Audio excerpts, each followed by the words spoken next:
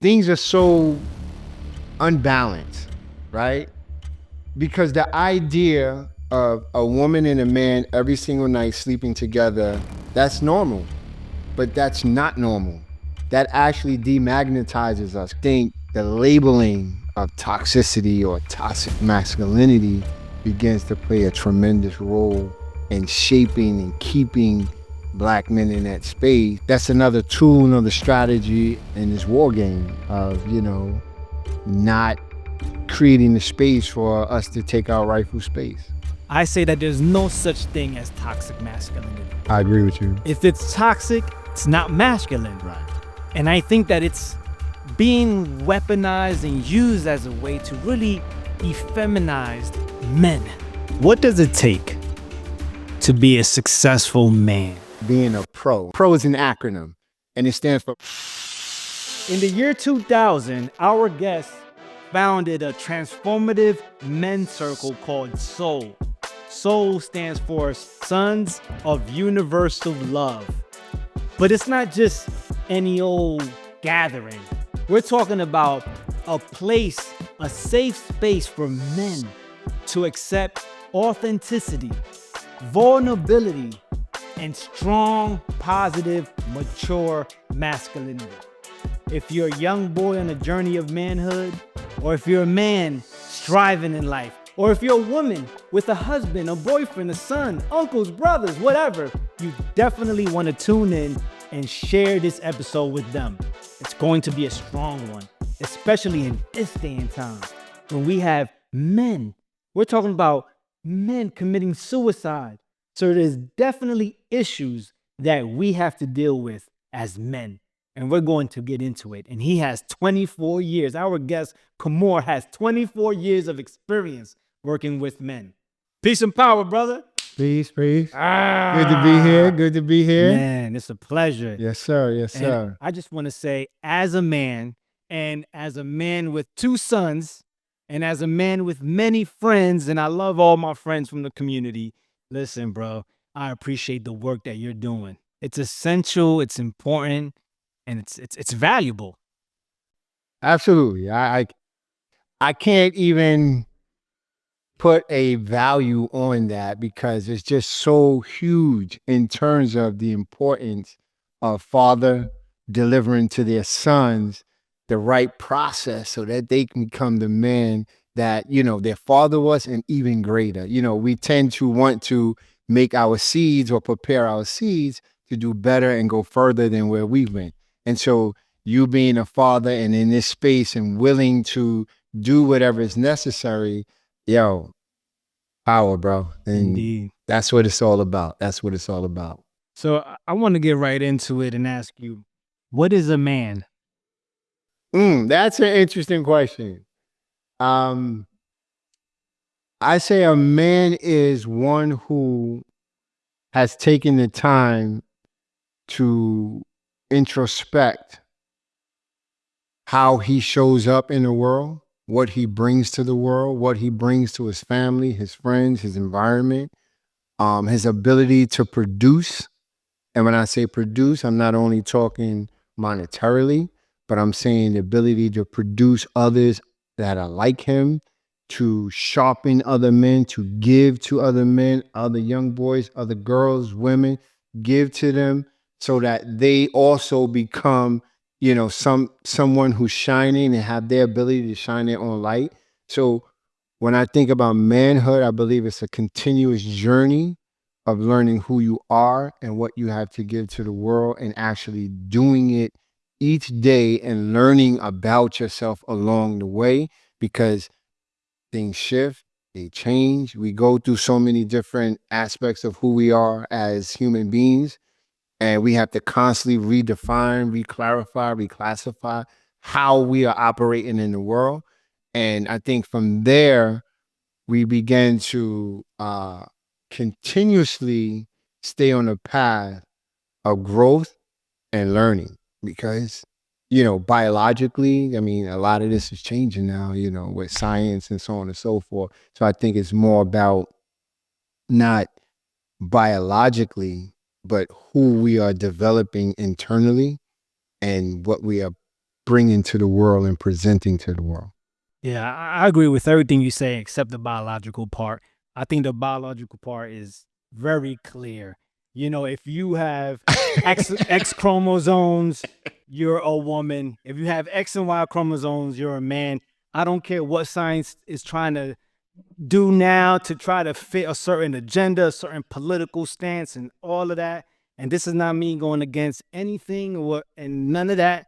I just have to say, for my personal, as a man communicating to another man, that's the only part I disagree with. The biology is clear. A man is a man and a woman is a woman. Hold on. Yeah. And I'm gonna be a devil's advocate for that. Okay. Is it Or a as man? we like to say, God's advocate. Okay, God's advocate. Is it a man or is it a male? Right? Because we come into this world, male or female. I think manhood and becoming a man is a process. We start out as, if you got a phallus, you're a male, right? And some males never grow into manhood. They may get a big body, strong, gray, this, but they still a boy. Go from male to boy and manhood. So I think about it in stages in terms of who we become, but I'm not going to negate that a phallus makes you a male. And, you know, the vagina makes you a female.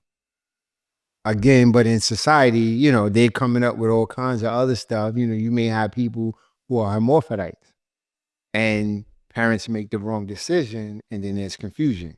So male, female, I mean, even if you go back to the scriptures, the Bible, male, female created he, them, right? So they both were created as male and female and called them man. So, I mean, that's just in scripture in terms of Bible language.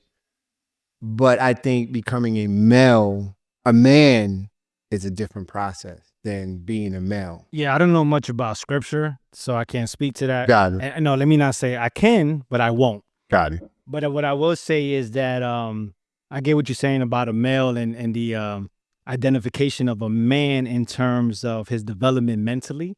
But I just want to say that still physically, by definition, there's certain things that we define as a man, right? Because of testosterone and physical maturity or whatnot. But there's not the complete picture, right? You still got to act and do certain things within the realms of society. Yes. You know, to call yourself as a man how we see fit, I'll say, for lack of a better word. What does it take to be a successful man? I'm going to sum it up as being a pro. When we think about pro, we talk about, you know, professional basketball players, professional actors, so on and so forth. But for me, pro is an acronym, and it stands for personal responsibility and ownership. You know, being a man has everything to do with taking personal responsibility, taking ownership, and being accountable.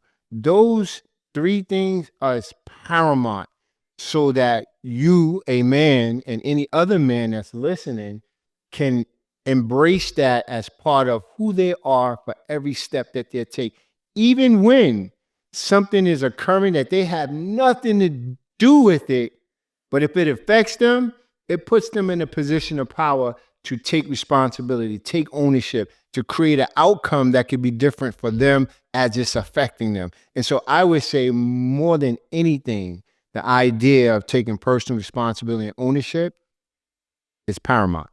But how does one do that when, you know, you are facing so many external factors in life and things are happening, things are affecting you outside of your control? So how does a man take personal responsibility? What does that look like? So the way I can frame it is, you know, let me come back. So I'm a part of and a creator of a circle of men, right?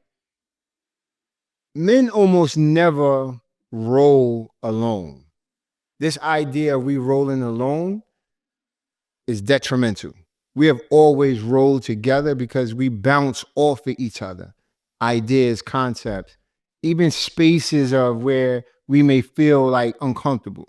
And so in those spaces, we're able to say, okay, I showed up like this. Is that the best way? And then my brother who's running with me can actually reflect to me what that looks like.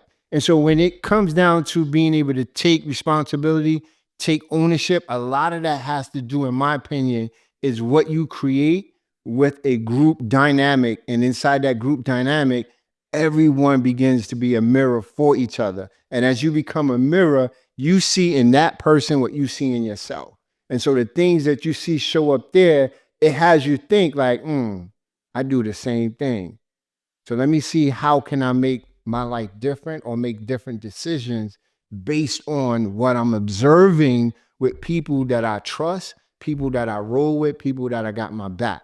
And that right there for me helps me to understand that what does it look like for me to take personal responsibility and ownership inside of the dynamics of group dynamics, community dynamics, because a community consists of groups of folks, families, individuals that work together, that build together.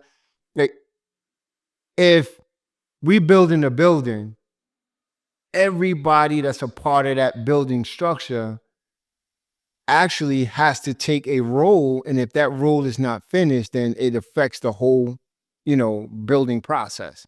And so in our lives, on our journey, we're building up who we are. And the people that are around us actually help us support who we become on this journey, as long as we're able to submit, listen.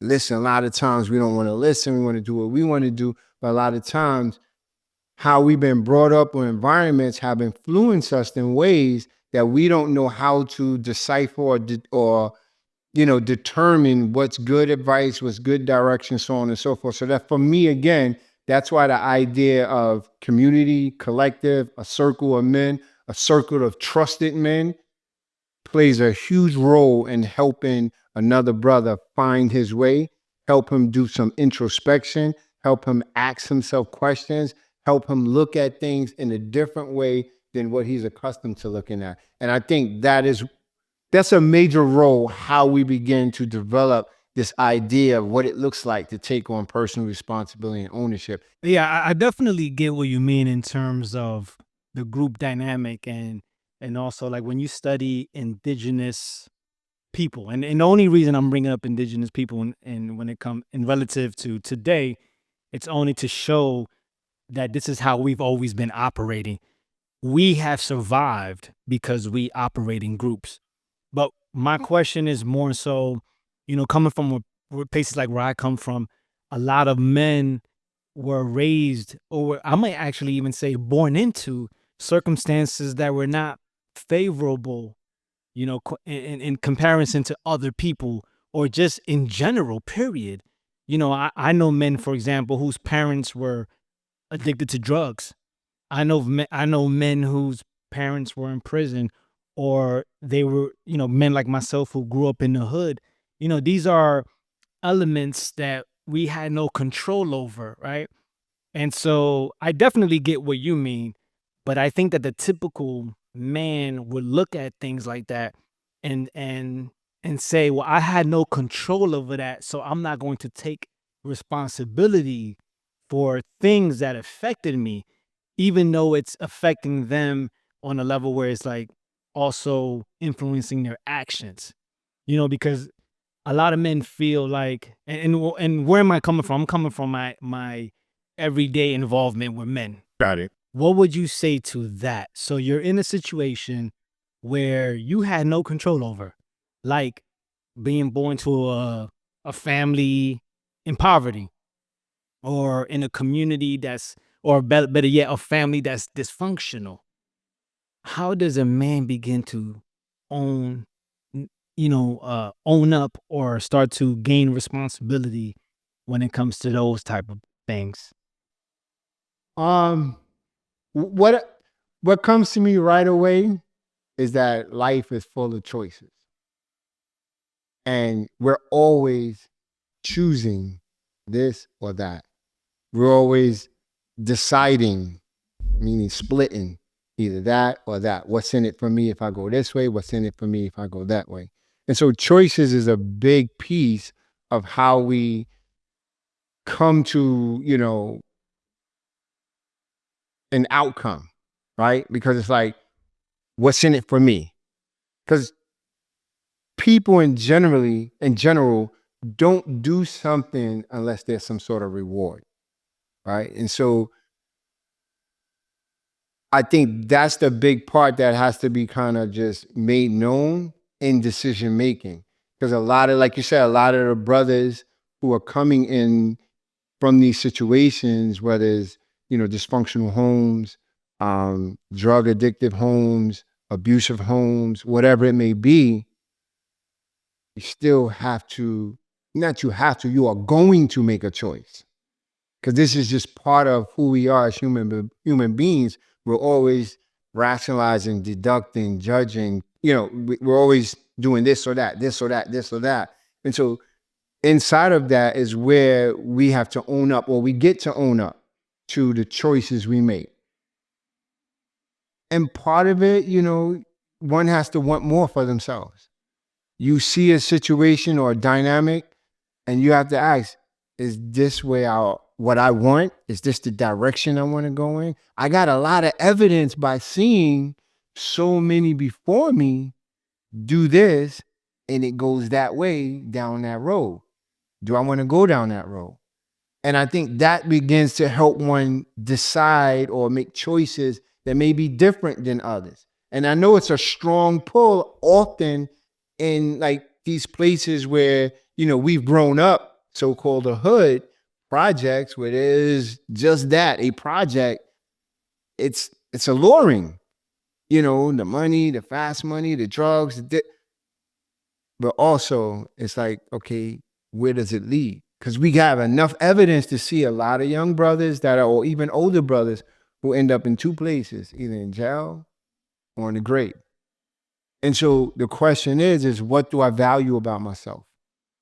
Because me valuing myself actually helps me make better choices, better decisions. And so it's finding value within oneself, finding that I belong here and I'm supposed to do something here, and begin to gravitate to that. And I believe that once you get on that path, things start happening, little breadcrumbs, little things start coming your way. People start saying things to actually support the direction you're actually beginning to go into.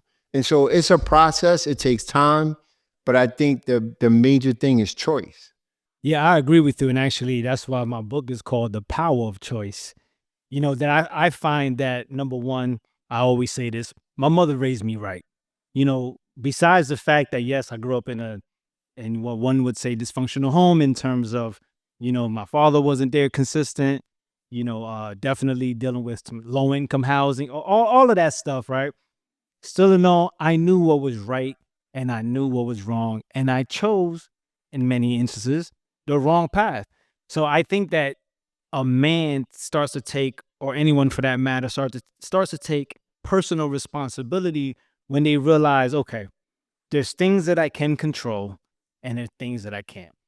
And then starts to ask, what resources do I have that's aligned with where I want to go? But then you gotta first want to go somewhere, Exactly. right? And so when a lot of people ask me about my personal transformation, I always say it starts with a desire. You gotta desire better. You gotta desire more. Now, I haven't been able to figure out what differentiates someone having that desire and someone that's content. Have you?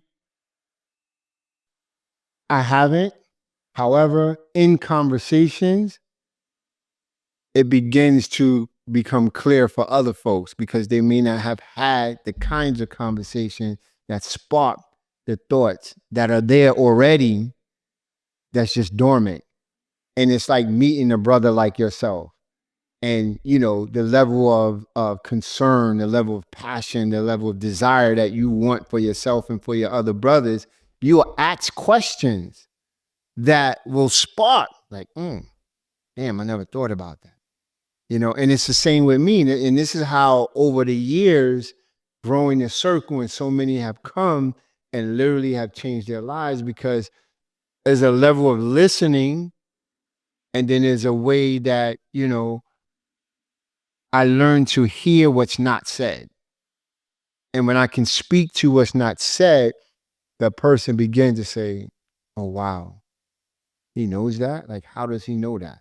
And I'm sure you've had those same kinds of experiences with folks when you drop something or give them something, they're like, oh, wow. Yeah. One thing that I'm being led to and realizing as we're speaking, that a major part of desiring to do more or desiring to be better, is there has to be some type of exposure.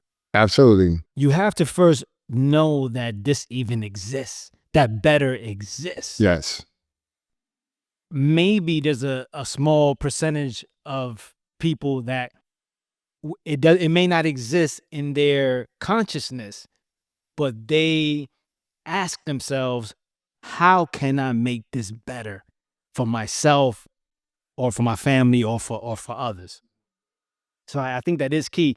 And another thing that you pointed out that's definitely I can say I've experienced is I've had people in my life that truly has been in my best interest, which is an act of love, and that have either taught me or made me aware of certain things, or have even scolded me, like, bro, you need to get your act together. Yes, And so absolutely. so again, that goes back to your point about like community and having a circle or a tribe with just people there, and so forth.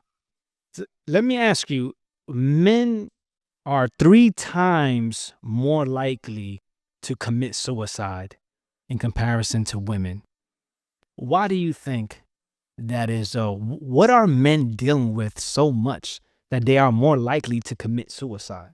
There's this thing that we're taught from little kids. Don't cry. Like, totally negate our emotional body. We're actually taught to negate our emotional body like it doesn't exist. And over time, we learn to suppress it over and over. Then as we get older, you're not cool if you express yourself emotionally, how you feel about something. And I think over the years of suppressing and suppressing and suppressing, it turns into a disease that we don't value ourselves.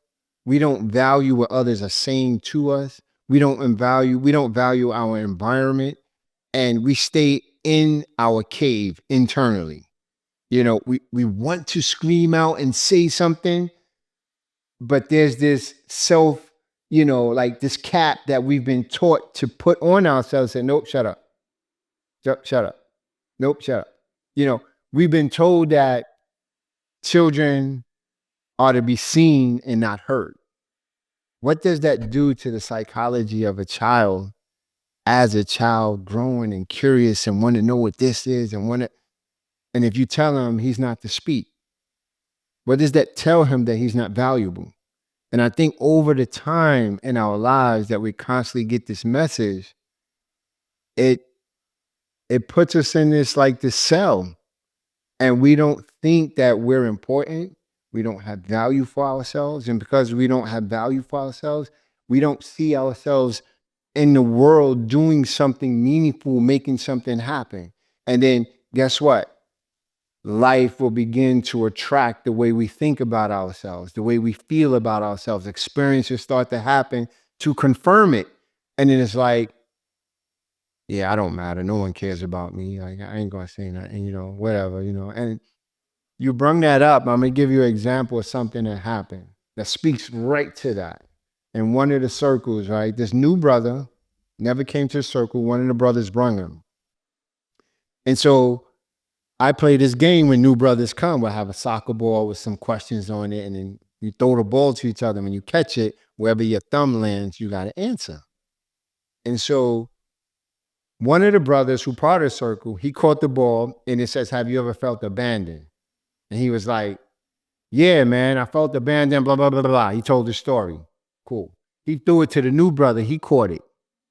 Same question. have you ever felt abandoned? He was like, yeah, man, when I lost my job and my mom's kicked me out of my house. And then, when I went to my girl house, she dumped me. And then he put his head down. And then he jumped back up. But, F that, blah, blah, blah. I said, no, hold on, bro. Come back. I said, let's go back there. You dropped your head. What went through your mind? He was like, nah, ain't nothing big. I said, let me ask you a question. Have you ever been suicidal? Yo, I ain't suicidal, man. What you talking about? I said, brother, I ain't asked you that. I said, have you ever been suicidal? Nah, man, what you talking about? So then I turned to the circle. It's about 13 of us. I said, how many of us in here have ever thought about suicide? Everybody rose their hands. Immediately, all his guards dropped. He was like, damn. Yeah, man, I did. He told us about 5 instances that he looked to actually take action to take his life. And I said to him, I said, brother, you here right now.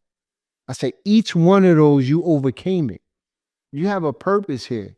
And I said, you being alone and looking at the world and dealing with the world alone will have you in that space, making you feel invaluable, that you don't matter. I said, but you do matter. And he was like, damn, man, thank you. I don't even understand that. He said, this is my best friend. And I never told him any of this. And I'm amongst you men. I don't even know none of y'all. And I'm telling y'all this, and I feel safe to do it. I said, yeah, brother, this is what this is about, because you're not alone. You're not unique. You're not the only one who going through the things you're going through. A lot of brothers in here going through the same thing or have gone through the same thing. So the importance of, when I say about the community, the tribe, the circle, to support and reflect and mirror, when another man sees that, damn, that's just like me too. That gives them a space to feel safe and let it go. I think it's a tough situation, for lack of a better word, because there's that aspect, right, about don't cry, shut up, and whatnot. But in many instances, and obviously I'm speaking from my own experience, perspective, right, where I come from, my own, it's a survival mechanism. Absolutely. And so the same strategy that we use to survive then becomes our own tool against us. Own prison. Right. I would even go as far as even more so, not to negate what you're saying, but even a tool of destruction. Because at least if you're in prison, you're just trapped, right? You're trapped there. But I actually think that it's worse. It starts to destroy you. I think one of the things that allows me to not be caught up in any negative energy, and I definitely go there. I've been depressed. I've had suicidal thoughts myself. I've felt like, man, I'm not doing enough in my work. I've had all of those things. When you talk about the circle, I am blessed. I have a lot of great men that I can speak to. And part of it is also my personality. I'm what they call extrovert, right? So I am aware that I function better and that it's healthier for me. I'm going to just say for me to let these things out. And so there's a part of it where I think that you have to be comfortable as a man and confident as a man to know that if I'm speaking about something that hurts me or something that's bothering me, that it doesn't make me weak. And I first have to experience or feel like I'm not susceptible to danger. Because if not, then I have to keep the hard exterior. And it's an interesting dance for a man like me. I'm going to speak for myself, because I believe that men are warriors. I believe we're supposed to be warriors. So there's a part of it where I have to be hardcore, and I should be hardcore. But then there's also knowing when Absolutely. to then, let the guard down in a safe space and so forth. And so I think that a lot of men don't know how to do that. They don't feel comfortable and safe doing that. And they may not even have the safety or the environment to even do that. Because their words could be weaponized against them. Yes. And it happens a lot. It does. Happens a lot. I've heard men talk about, okay, my wife wants me to be more vulnerable. She wants me to open up. And then when they do, and I'm not saying all women, but they've experienced that their wives, their women, used it against them. So then what do? They close back up. Just to speak to that, brother, and that's a powerful example, and it happens very often, because our women know so much about us, and they see us in so many different ways, right? I believe, and this is through my own experience. You got 24 years of experience. That's wisdom. It's safe amongst your comrades. Men. To let down your guard, to open up, to cry, to scream, to shout, whatever it is. Because if we do that, our women want us to do that, but internally, it's a trigger because they see us as the warrior of safety and security. Mm-hmm. And if they see us weaken, inside of them somewhere, something is lost in terms of maybe he's incapable. Somewhere, that's my thinking. So I want to be clear.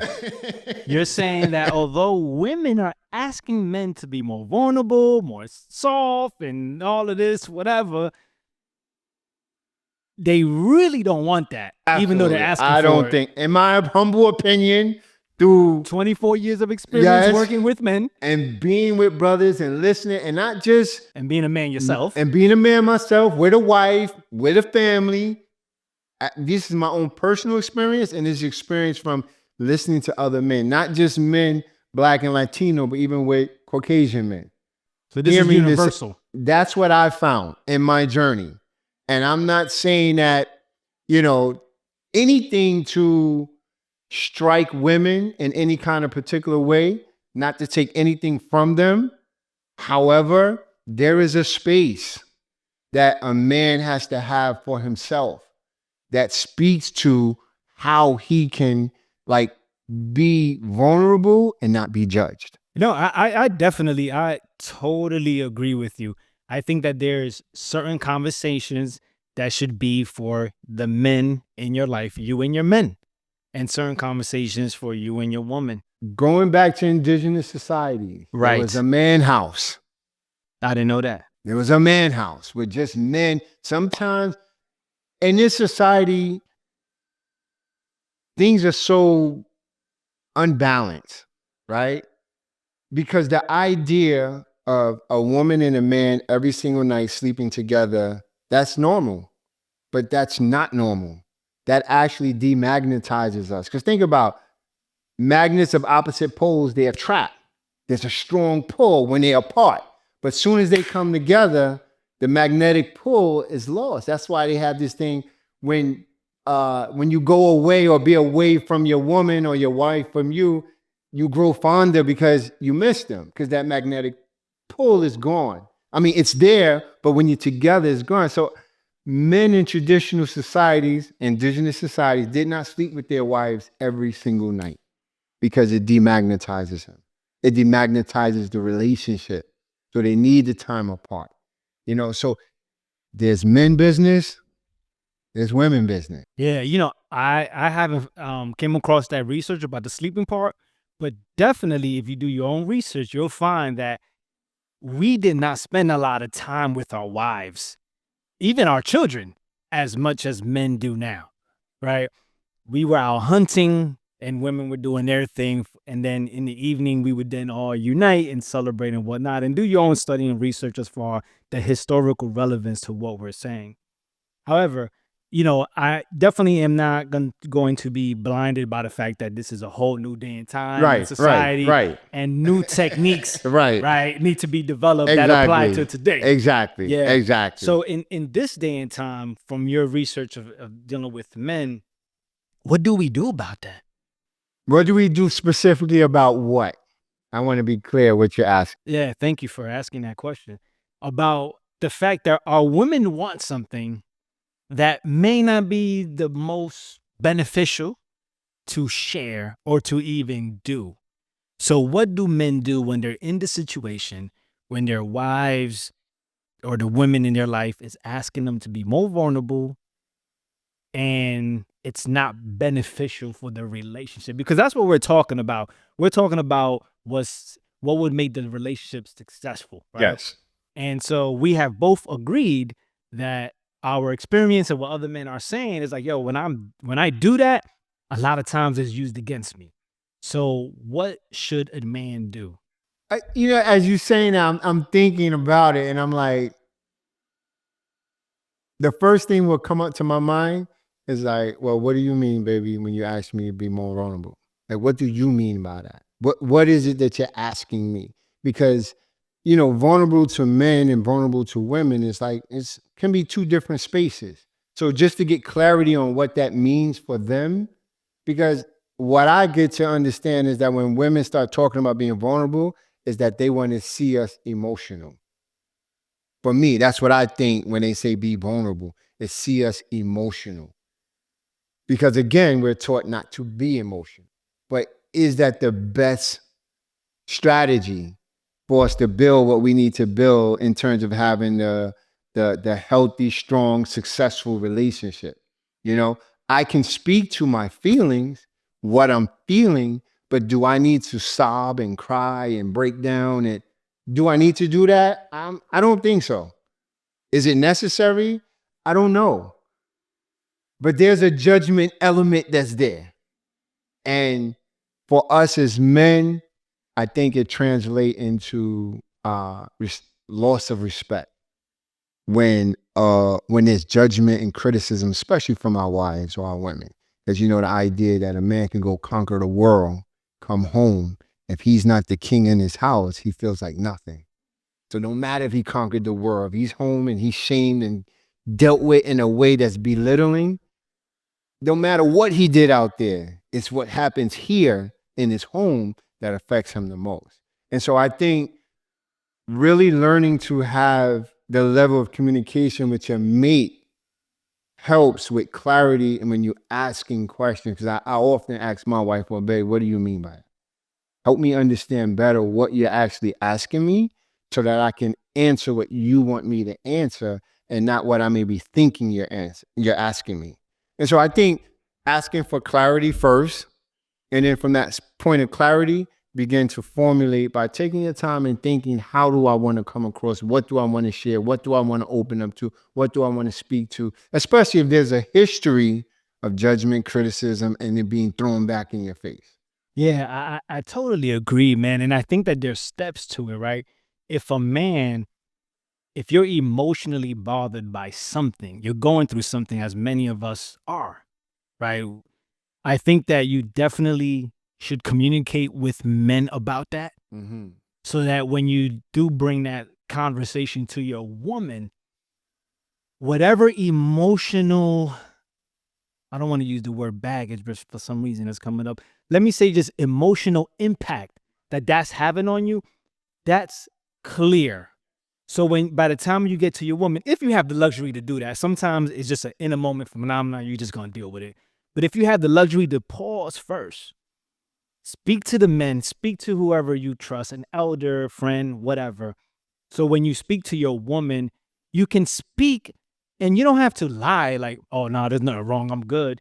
You can say, I'm grappling with this, but this is what I have planned and having a strategy, or I don't know, I'm working on it, I'm looking into it, but just making sure that you don't have that emotional trigger coming with the conversation, absolutely. because usually it's not productive, Right. when a man is emotional. And it's normally connected to other stuff Indeed. that comes into play Indeed. that has nothing to do with the situation at hand. And so, when there's emotional heightency, logic goes out the window. Yeah. And it's just raw response, or reaction. I was told that communication is the bridge between knowing and understanding. Yes. And so when I ask a lot of couples that are married for an extensive amount of time, one of the key things that they talk about is communication. So what exactly is communication, right? Because one can say communication is just talking, but I think that communication is really doing the work, getting deep. And I don't think it's a cookie cutter thing, but I think that there is a formula to it. And when I say that, I don't think it's a cookie cutter thing because I think it depends on the man, it depends on the woman, and it depends on the circumstances and culture. Culture is a huge thing that impacts, how men and women, deal with things and how they communicate within their dynamic in their home. Absolutely. Yeah. Absolutely. Because there's a lot of,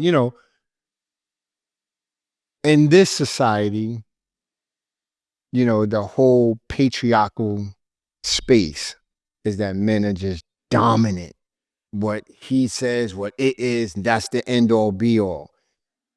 And that's not necessarily the most healthiest way, because there is a space where what we say has tremendous impact. And so being cautious or being aware and conscious of what we say, how we say it, and when we say it all makes a difference inside of our communication, because communication, as you know, is not just words. There's body language, there's energy that comes out even before we speak. There's the energy that comes from our eyes. There's so many dynamics that happen inside of communication that it's not just the words, it's so much more. And so in this society, as you say, we're grappling with a patriarchal, dominating male space, and yet, women are moving and shaking and standing and so on and so forth. And then there's this clash that's happening because we're forgetting that we're complementary halves and not competitive. And so the need to really get that we're complementary halves of the whole and not competing with each other helps to tone down as a man. For me, how do I speak to my wife? Yeah, I think that that's so on point because even my wife has told me numerous times, like, bro, I'm not your enemy. And I find as I do the work within myself, and what does that mean exactly? When I take a moment where I look at why am I responding this way? Why do I feel the way I feel when this happens, or why am I triggered when this is happening? And I realize a lot of it has to do with my fear of not looking strong or losing power, Absolutely. or feeling that I need to, as you said, that I need to dominate the situation because you're not going to dominate me. And it's crazy because number one, I grew up somewhere where as a man, you cannot be dominated, Right. bro. You know what I'm saying? Not a good look. Absolutely not. So there's that. And then there's also like within the dynamic of man and woman and not really being raised to even know that how to function and that a woman can't dominate me. And I think a lot of men think that they're being dominated when their woman is maybe holding them accountable or maybe just saying, "Hey, I disagree." It's just so much that we may interpret as disrespect or being dominated or what have you when it's really not that. And I'm blessed because I have a wife who has knowledge of self. She's educated. She has done the work on herself as well. And so I think that that's important too. When people ask me, I usually ask people, what's the key to a successful relationship, successful marriage? When people ask me, I always say both parties have to develop themselves to a supreme in a supreme way. Like, just grow as individuals because when you grow as individuals, you come to the relationship as better people. And so that's important. I want to get to a question from one of our Okay, I wanted to drop something inside that communication piece because that's huge. It's something that please. I began to formulate and think on my own about communicating. I think it's important for us to know who we're talking to and who we are when we're talking to the individual. Say, let's say my wife, right? My wife can come to me as my wife. I may be in the space of the little boy inside me and hear her as my mother. And I may end up saying, "You're not my mother," right? Because the reality of it is that every woman is a girl, is a mom, is a sister, is a friend, wife, right? And every man is a husband, brother, son, all of those different. So inside of those titles, knowing who is speaking to is important. Because I often, with my little girl who's 11, she speaks to me sometime, and I know immediately that's my mother. And I say, yes, ma. She's like, what you talking about, daddy? I'm like, I'm listening. Yes. And I submit like a son should listen because there's something she needs to, that I need to hear that she needs to deliver to me.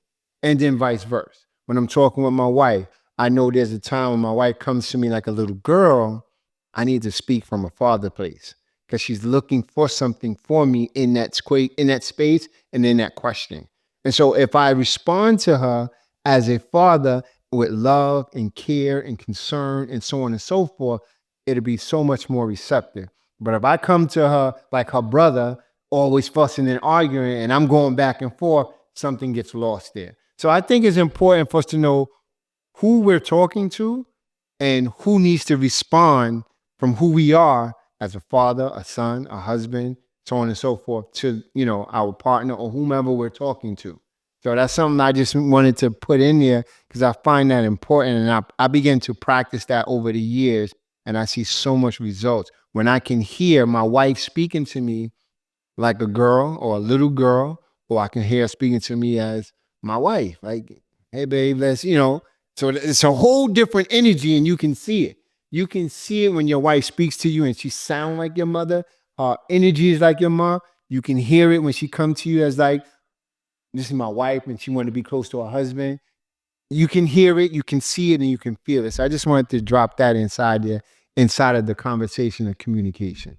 Yeah, and indeed, I want to also highlight the fact that we also need to work on healing our inner child Oh, yes. so that, you know, moments like that where our inner child is speaking, it's always coming from a space of joy and love, Yes. not hurt. Yes.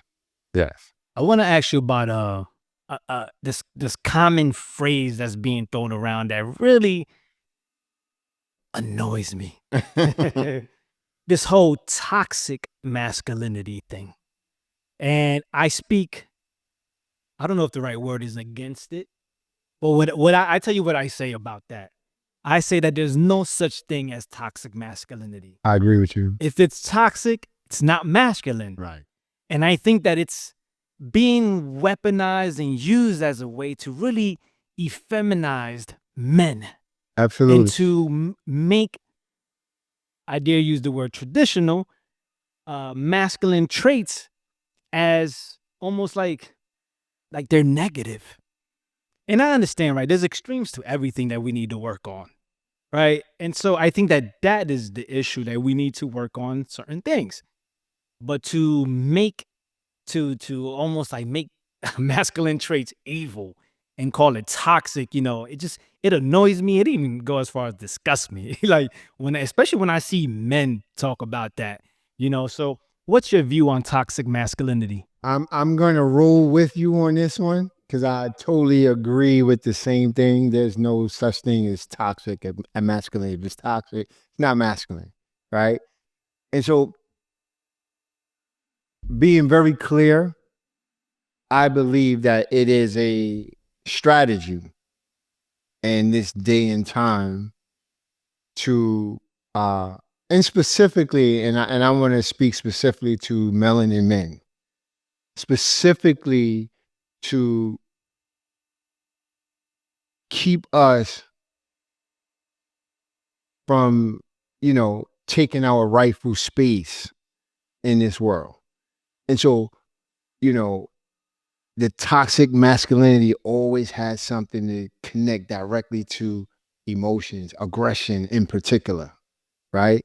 But if you look up the word aggressive, that's not what they're making it out to be, right? To go after something that you want in life, that's really giving what you got to push forward to attain it, right? So people will call that aggressive, but the things you got to fight against to get there, yeah, it may look like that, but it's not something that's toxic. I think also the society and the path that, you know, in particular in the United States, that has befell on the so-called black community, going back as far as, you know, if I may, back into slavery, even up until today. There are certain things that are in place to constantly keep us down, which has us in a space of always feeling angry, mad, you know, so on and so. So all of those things begin to have this ball, and now the way we express ourselves is considered toxic because it doesn't fit in the paradigm of submission. In the society, it's important for the power structure to maintain its power dominance when, in particular, black men are submissive, because black men come with the most, if I may, like, energy to, you know, make something happen. It's like, nah, we have to squash that. And I think the labeling of toxicity or toxic masculinity begins to play a tremendous role in shaping and keeping black men in that space, and black men not aware of that being a tool actually play into it. You know, I don't know if you're familiar with Viktor Frankl Indeed. In Search of Self. Yeah, that's a And great book. he has a statement, you know, that and I think Stephen Covey, you know, plays with it also. Between stimulus and response, there's a space, and in that space, you know, your freedom lies there. Your freedom to choose. And what you choose turns out to be your growth and your happiness. But there's a small space between them when something happens and then your response. And I think all of that plays into the dynamic when we spoke about manhood. Being able to have patience and wait, and not just be reactive, but be responsive, or what I like to say is respond stability. Respond in a way that you create a stable situation so that you can actually move forward in a powerful way. And so those dynamics, I think, with the, you know, as a ploy and as a strategy to lump sum, particularly, you know, melanated men, black men, into the space where it beats them into submission. And so I don't agree with this whole idea of toxic masculinity either. I think that's like, that's another tool, another strategy in this war game of, you know, not creating the space for us to take our rightful space. Yeah, I agree. And just I agree with everything you said. And just from a universal perspective, you know, when you have weak men in society, then the quote unquote powers that be, whoever they are going to control that society. You know, you cannot control a space or a home or anything if there's a strong man or strong Absolutely. men present, period. Because, you know, you are in for a fight. Uh, at the same time, right? Nobody's saying that it's a cool to be overly aggressive to women or overly aggressive to children or any type of overly anything. Again, these extremes. I think that men have to work on themselves. I one of the ways that I define masculinity is mastery of emotions. You know, you got to have some type of level of mastery. Yes. You know, nobody's saying none of us are perfect, but you got to be able to be, as you mentioned, take that time to pause and not be so reactive. Because when you are reactive, you're acting like an animal, maybe even worse, or acting like a child having a tantrum.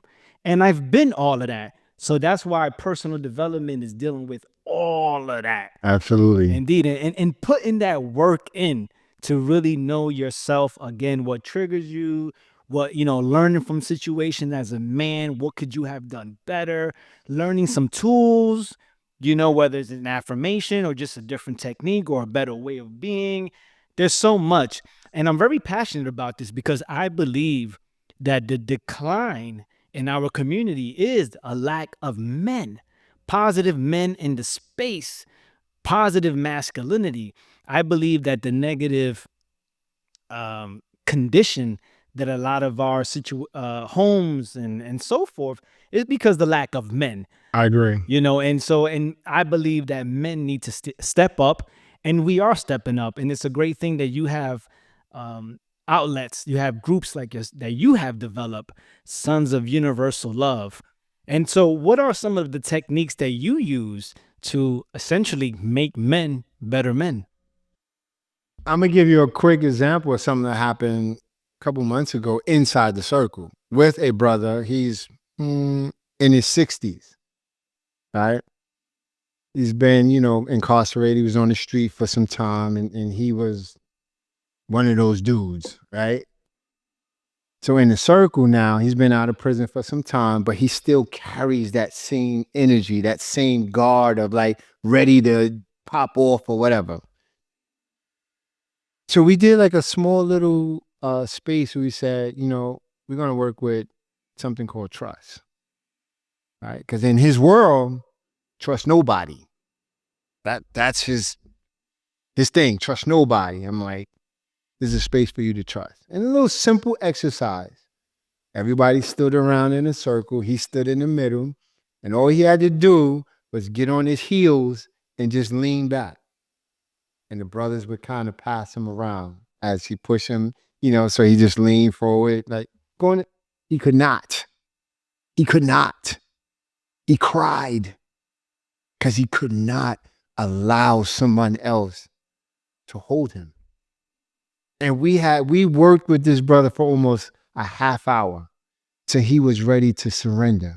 But he had tears in his eyes, crying like, I never trusted nobody.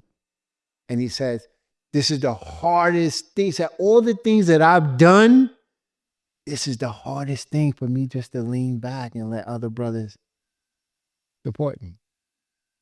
And that little thing helps men break chains that are heavy bondage, just to be able to allow another brother to be there to support you and to know that I ain't got to worry because he's going to be there. When we can continue to create those spaces, a lot of the things that we're challenged with begins to melt away. And so like the work that you're doing here with this space, you shining your light, as Mandela said. Let's another brother shine his light. As I shine my light by doing my work, other brothers get to shine their light till our light get brighter and brighter and brighter.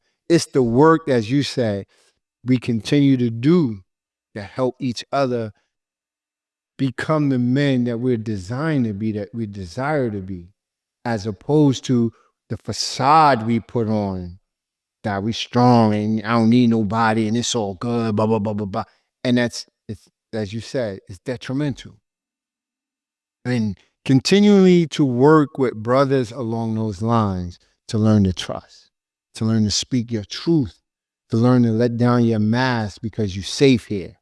That's what we create in our space, is a space where brother can drop his mask, a brother can just let it go and know that he's not being criticized. He's not being judged. That other brothers are going to question and challenge him on how he thinks about things. And why do you think about that? And how does that formulate those thoughts for you to begin to set up the paradigm for you to begin to act based on what you think? And we're going to challenge each other. And that's what we do. We constantly challenge each other and like put in our face things that other men may not be or feel safe enough to put in another brother's face. When you say mask down, what does that mean? That means, okay, so when we think about a mask does two things, right? A mask, one, hides, and it's a protection in war, right? When you think about if you go back to the Greeks, Roman, they would wear masks, right? So that mask was actually to do what? To protect them in war. And then there's a mask, if you think about the movie with Jim Carrey, when he put the mask on, he became something bigger and greater. So it's a covering that either it brings a certain quality of energy to you, whether that energy be something that hides or something that elevates or create more of an expression of who you are. And so most of the time when we ask brothers to drop your mask, we're saying we want to see who you are.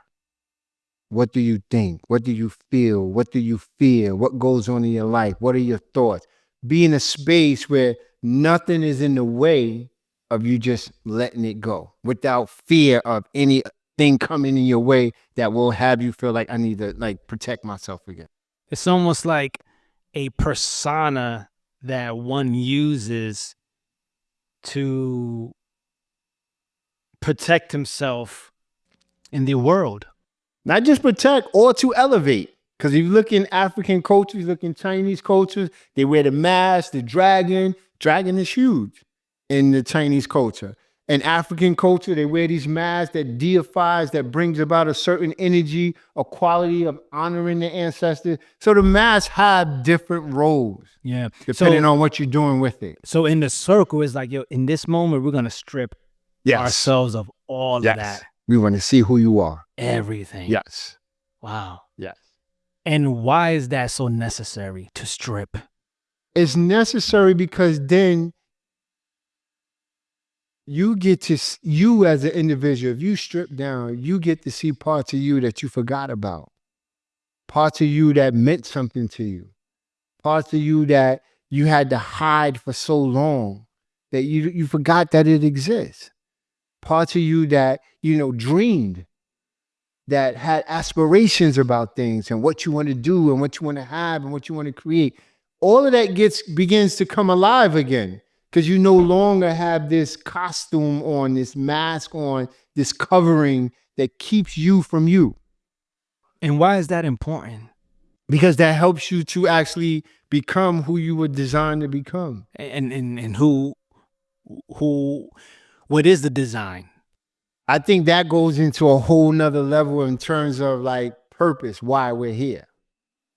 Right? Everyone comes with a purpose, but not everyone discovers what their purpose is. And even some who discover, not all actually go on the journey to actually make it manifest. Right? But everyone has a purpose. And part of the unmasking and uncovering is for you to get back to the core of who I am, why I'm here. Because then you can start asking yourself those questions again. Why am I here? Who am I? You know what analogy I have in my mind too? It's like getting to the root. Like if somebody has an injury, you have to rip the shirt. You have to get to the source of the problem. And so the analogy I have in my head is like this unmasking, this stripping away is getting to the root and seeing what's there. It's like opening the hood of the car. Yes. Let's see what we're working with here. Yes. Who am I? Yeah. Who am I? And who do I need to be? And let's Right. work on that. Yes. As a kid, for me, I remember 5, 6 years old, I would sit in the mirror and cry, asking myself, who am I? Who am I? And the reason why I would do that, because my mother would always say, you're my child. You're my child. And, and our families, our mothers would say stuff, I brought you in this world and I'll take you out of this world. Hearing that from my mother to my older brothers and sisters, and then hearing that you're my child, it made me think, well, who am I? If I'm your child, like I belong to you, but what about me? And from a young kid, I would cry asking myself, who am I? Who am I? Who am I? So I couldn't cry no more. And it was just, from a young kid, I had this desire, this journey of coming into connecting with my purpose. Why am I here? Because once you define or can see who you are, you can see why you're here and what you have to do connects you immediately to your purpose. And I think too, I don't want to push this on you like this is what you discovered, but I think for me also, when I was clear on who I am, it also revealed to me strengths. Absolutely. That I can utilize, as well as weaknesses that I can work on. And also the truth, recognizing that what I may have been programmed to think I was not necessarily who I am. So there's a light. And again, it's an evolving thing. It's constantly evolving and transforming, and so we just have to always be vigilant. Village, but what's the word? Vigilant. Yes, vigilant. Vigilant of just the present situation and not get too attached. With your 24 years of experience with working with men, being a man, going to the schools, having the circle, everything, is there a common denominator that you see men are struggling with? Yes. And the one thing that comes to my mind immediately is brotherhood. Because inside of brotherhood, you begin to find all the other elements of friendship, family, trust, accountability, responsibility, love, patience. You begin to find and experience all of these things. This is why young boys go into gangs, because they're looking for to be a part of, to have belonging. I began to understand that when my first daughter was born, and then my second daughter was born, and the whole time I'm like, I'm outside looking. My wife, my woman was experiencing life happening. And she's telling me, but I'm like, I'm outside. Like I'm not intimately a part of experiencing that. And I think for us as men, boys, we're always on the outside and we're trying to find our way back. And I think it's through brotherhood where we learn to connect and find love and camaraderie and authenticity and kindness and all of these different aspects of our human nature that actually affirms that we belong. And I think that's the biggest thing, that we're looking for belonging. And in that belonging, I think it's inside of brotherhood. And so that's what I come with immediately. What comes to my mind is brotherhood, because it represents so many other aspects that actually get fed once you're inside of a brotherhood. What advice would you offer men? Like, if you can look at your camera and talk to the men out there that are listening, what words of wisdom would you offer them? So what I would say, brother,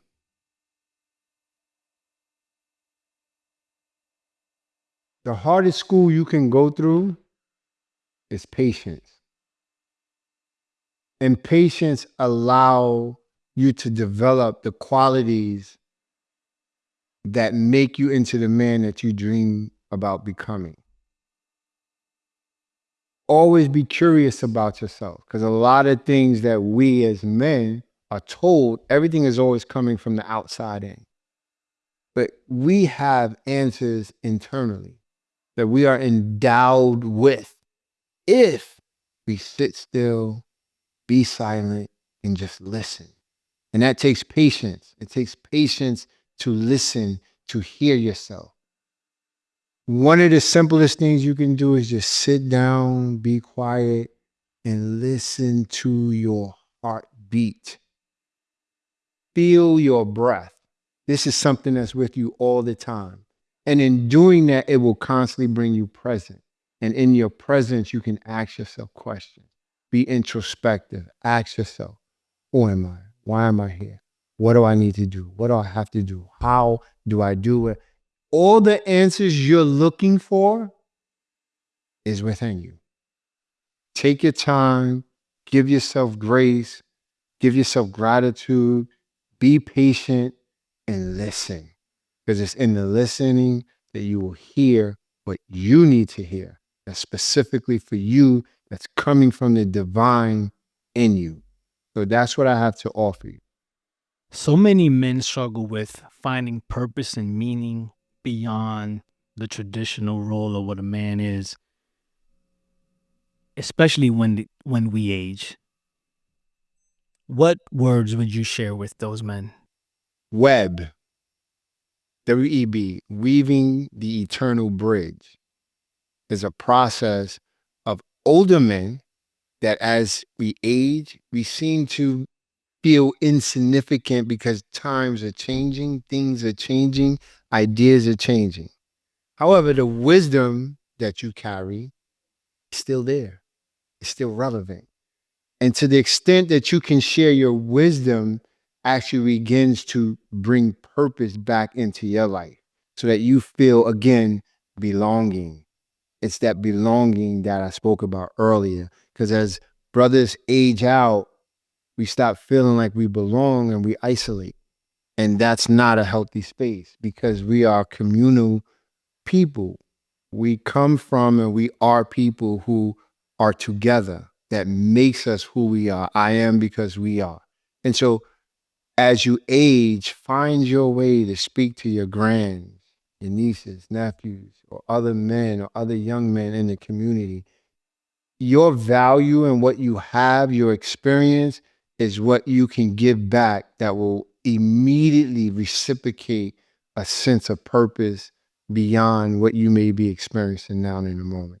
It's to be able to feel like you belong again, and your belonging comes in what you have to give and what you have to share. One of our audience members has a question. Got it. She's a single woman, Mm-hmm.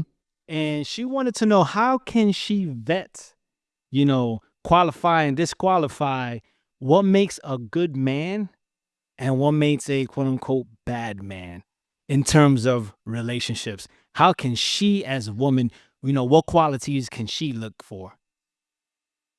And what qualities should she be looking out for? Okay. So one of the things that I like to speak to when it comes to in relationships, right, is that the first question is, who am I being? As if I'm speaking from her as a woman, who am I being? And the men that I'm attracting to me is exactly who I'm being to attract that particular kind of man, right? And so from that place, first and foremost, what and how do you see yourself? Because that will begin to give you the right kinds of filters to see who's coming your way. And because we're living in a society where there's competition, there's vetting, there's women that's exposing themselves in a certain way, and men by nature are hunters. And so if we see that and we're abstract, if you present yourself a particular kind of way, you're going to attract a particular kind of man. And that man will show you who you're being and what you're showcasing to the world, so to speak, right? Because everybody is out there trying to find the best fit for them. Some people are just hunting. Some people are looking for someone who fits what they want. And for a woman, I think is paramount for her to be clear what kind of man do she wants in her life and focus on that. She wants a man that's nurturing, that's loving, that take care of his home, take care of children, self-respect, loves his moms. Like, and you got to be able to listen, because we tend to hear what we want to hear, because people reveal who they are all the time. If you're listening, if you're watching, if you're being observant, you can see it. Most of the times we don't want to see, we want to see what we want to see. Oh, he looks nice. He got money. He got a nice car. He got this. And we're seeing all the outside things. And we don't see or hear what he's saying that gets overshadowed by what you see or the sparkles of that what's there. So I think it's important, again, I'm going to come back to the sister, really is about who are you being? What are you projecting? Because women by nature are magnetic. They draw unto them, right? Men are out there. We're looking. That's why you see women in our society, the things they wear, how they present themselves. It's overly trying to attract because they're competing with each other. And it really comes down to that, in my opinion, that who are you being? What are you projecting? What is your quality of what you're made out of? What are your thought processes? How do you want to be in the world? What do you want to give to the world? What do you want to project out there as you attracting to you what it is that will support you to actually do those things? And when this particular sister can stay open, stay clear, and not get blinded by what something appears to be, but willing to listen and listen patiently and hear, because we reveal ourselves all the time, men and women. Most of the time, where the other person is not listening or not observing, or they're so caught up in what it is that, maybe driving them for something, right? Work on self, become internally the kind of woman that you see yourself to be, and you'll draw unto you the kind of man and several men of that cloth where you get to choose which one is best for you. And, I just want to add on one thing to that is ask yourself, whatever man you want to attract, ask yourself, are you carrying yourself in the type of way where that man will be attracted to you? And I think that that's important. I'm a man, he's a man, and he does men's work. However, because you asked the question, we're just, we're giving you our perspectives. Obviously, we're not women. I think it's also important to have standards and negotiables and non-negotiables. Like, you got to have that from the beginning. So there's an aspect of also being highly aware of who you are and who you're not, and everything in between, and what encompasses what you like to do, what you don't like to do, and so forth. So you just got to really have knowledge of yourself and be clear on what you want and what you don't want. And that may change based on the season. What I wanted in a woman in my 20s is definitely totally different than what I want in this stage and season in my life. Absolutely. Indeed. Online, just to let the sister know, I have 4 daughters, and what I'm sharing with you is what I share with my 4 daughters. I have an 11-year-old, a 30-year-old, a 25-year-old, and a 23-year-old. And the same way I shared with you what it is I share with them. It's who you're being, what you want for yourself, and literally, as you mentioned, standards, boundaries, be clear, don't be unwavering. Be unwavering, because men are natural hunters, and they will try and be patient and try and wait for you to break your own terms, your own standards, your own boundaries, and then you're the prey. I want to get to another question based on our audience.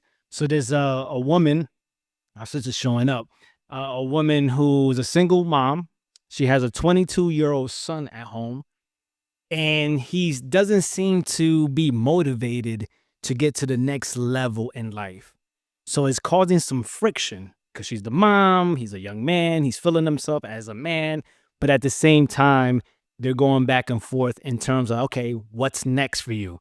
And he doesn't seem to have the motivation.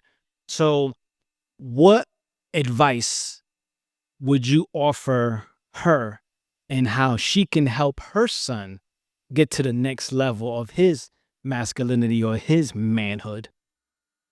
The first thing that comes to my mind is, do she have a network where she can connect with other men to have some level of interaction with him? Boys model, right? And if his father's not there, he didn't have a model. And so what would he may be modeling is friends in school or music video people or things like that. So the first thing I would say is, if you have some men that you know personally, and I'm gonna give you a quick advice: don't tell your son he needs to go speak to this man. Don't do that, because then he's gonna think that you think something's wrong with him and he needs to be fixed. Men never want to feel they need to be fixed. So somehow connect with men. He got uncles or cousins that are older that can, little by little, give him some sort of advice, some guidance, pointing him in different directions, and just challenging how he's thinking about things. Questions are some of the most important tools that we have. Questions. And if you don't have a man or men that you know specifically that you can speak to, um, questions. And you want to ask questions to make him think about things. Don't ask questions where you're trying to make him come to a conclusion. You want to guide and lead him with your wits. You know, we got wisdom. You've been here much longer than him. So there are different ways that you can ask your questions to support, to make him think about what he's doing, where he's going by painting a picture. Don't tell him what he needs to do, what he should do, or he has to. That's just going to create more friction. But if you come from a space where you're asking questions and being curious, if you're being curious, it helps because now possibly he'll start opening up and letting down his guards even to you. Because a lot of times, young boys, mom is everything. Then when they start getting a little older and they start engaging with girls, that begins to change their relationships with their mom because they begin to see their mom as just another woman. Still respect them, but then still see them as a woman. And so, again, I would suggest first try to see if there are other men that is in her life that she knows, that she trusts, that she can speak to.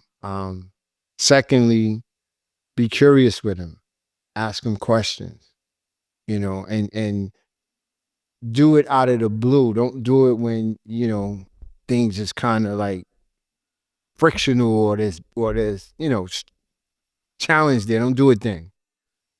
Do it over dinner or you just hanging out and just generally be curious. What do you see, son? You know, where do you see yourself? Where do you want to be? What do you want to do? Like a lot of times we as parents, we want to just dump on our children what our aspirations and wishes and what it is that we want for them. And we never really ask them what is it that they want?